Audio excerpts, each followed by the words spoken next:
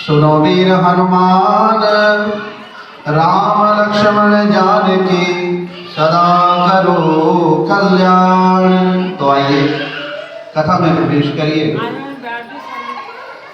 एक परिवार में 7 भाई थे और उनकी एक बहन थी और उसका नाम चंद्रवती था। वह बहुत ही लाडली, क्योंकि वह 4 भाइयों की इकलौती बहन थी। भाइयों को अपनी बहन के विवाह की चिंता हुई और वह विचार करने लगे कि बहन के विवाह के बाद हम बहन के बिना कैसे रहेंगे। और जब उन भाइयों ने उस चंद्रवती बहन का विवाह किया तो विवाह के उपरांत उस बहन ने जब पहला व्रत रखा तो व्रत रखने के उपरांत उस चंद्रवती ने निर्जल व्रत रखा, कुछ भी ग्रहण ना करने वाला व्रत रखा। तो शाम को भाइयों को अपनी बहन को देखकर चिंता होने लगी कि बहन ने सुबह से कुछ नहीं खाया है, तो क्या करे, बहन का व्रत कैसे पूरा करवाएं और बहन को कैसे भोजन करवाएं। तो भाइयों ने क्या किया कि शहर के बाहर, नगर के बाहर बहुत ज़्यादा आग जलाकर बहन को बोल दिया कि बहन देखो उजाला दिख रहा है, हमें लगता है कि चंद्रमा निकल गया है, आप चंद्रमा को अर्घ देकर अपने व्रत को पूरा कर लो। उस चंद्रवती ने अपने भाइयों की बातों में आकर उस उजाले को ही अर्घ दे दिया और अर्घ देने के उपरांत जैसे ही भोजन करने लगी और पहला ग्रास मुख में डाला तो उसके ससुराल से उनको संदेश आया कि आपके पति सख्त बीमार है। और जब चंद्रवती अपने पति के पास गई तो विचार करने लगी कि मैंने अपने जीवन में कोई ऐसा कार्य ही नहीं किया जिससे मुझे यहाँ अपराध मिले, ऐसा करना। अब चंद्रवती विचार करने लगी कि मेरे से कौन सी ऐसी गलती हुई जिसके कारण मुझे यह दंड मिल रहा है। तो जब उन्होंने ब्राह्मण देवता को पूछा तो ब्राह्मण जी ने कहा कि आपसे व्रत में कोई विघ्न हुआ है। तो उपाय करने लगी चंद्रवती, हर महीने चतुर्थी को व्रत रखने लगी और इधर चंद्रवती के पति को कांटे की बीमारी हुई। पूरा साल अपने पति की सेवा करती रही और अपने पति के कांटे निकालती रही।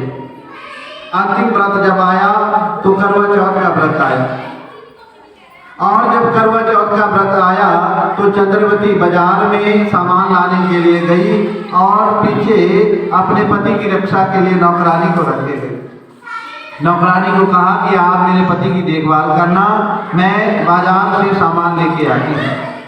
और जैसे ही चंद्रवती बाजार से आई तो उसने क्या देखा कि नौकरानी, उसके पति उसकी नौकरानी को ही अपनी पत्नी मानकर उसको घर में रख लिया थे और चंद्रवती को धक्के मारकर घर से बाहर निकाल दिया।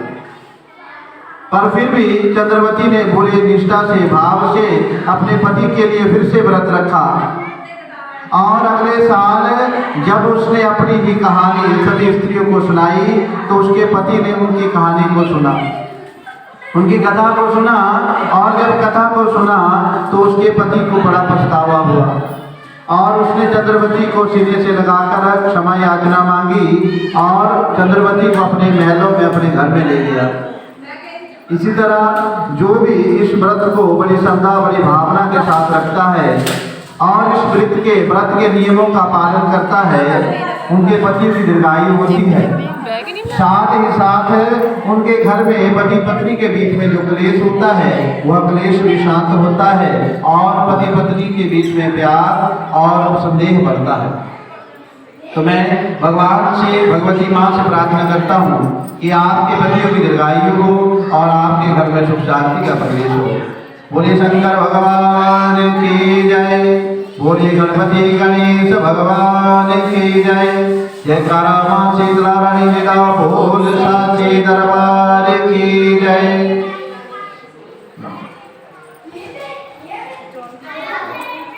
चावल बीच में डाल देंगे आपके पेट में। थाली घुमानी, थाली घुमा लो, खाली गड़बी घुमानी, गड़बी घुमा जैसे भी आपको ठीक लगे।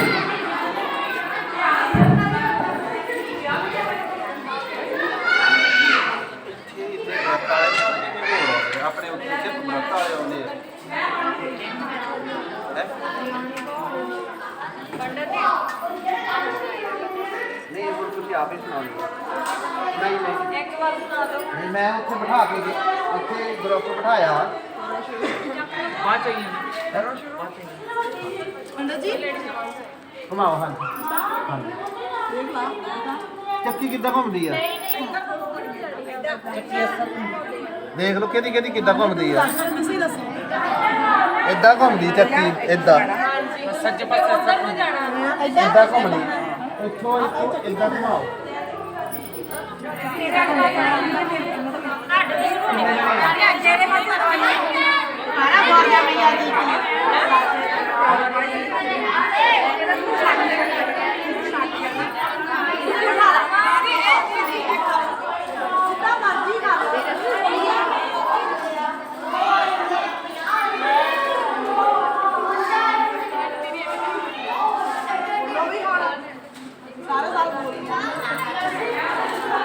मन ची बोल लो जे बाहर नहीं बोलो सर मोदी है मन ची बोल लो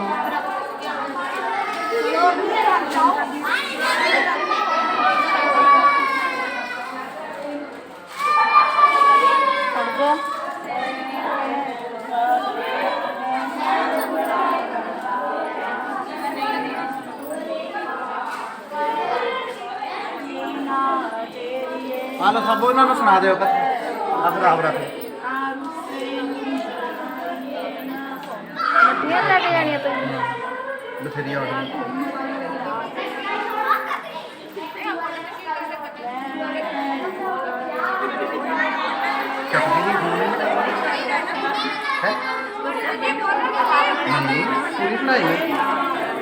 पूरी सुनाई मैंने जवानी याद है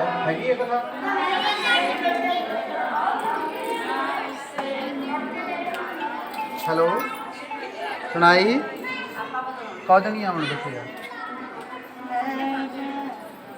अच्छा दिखाई दे चले ना छे भेजिए थे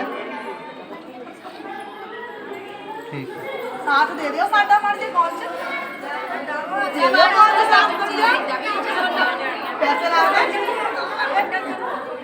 बड़ा जी करने के बड़ा घूम गया था सी ये जगह पंडित जी की करे हो गए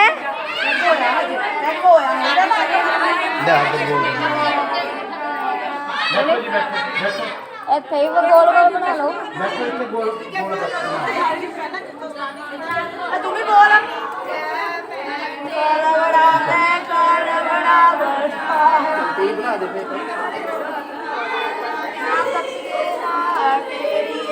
बोले शंकर भगवान पता की है मेन मुद्दा तो आपको समझ आ जाना चाहिए गल खाने पे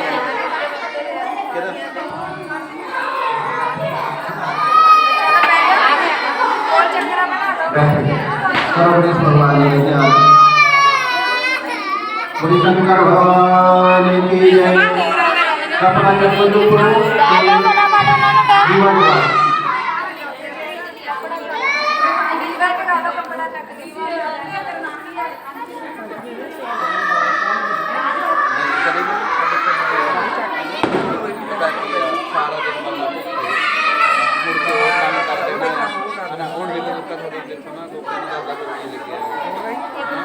सारा दिन भुखे मरना है जी कुछ दान करना जो वो करनी है वही सदा तो 10 रुपये चले आते 10 तो 20 नहीं होंगे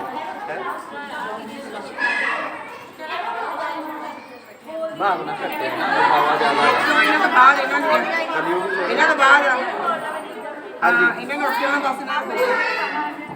दिखा दिया सारे चावल आप ले लो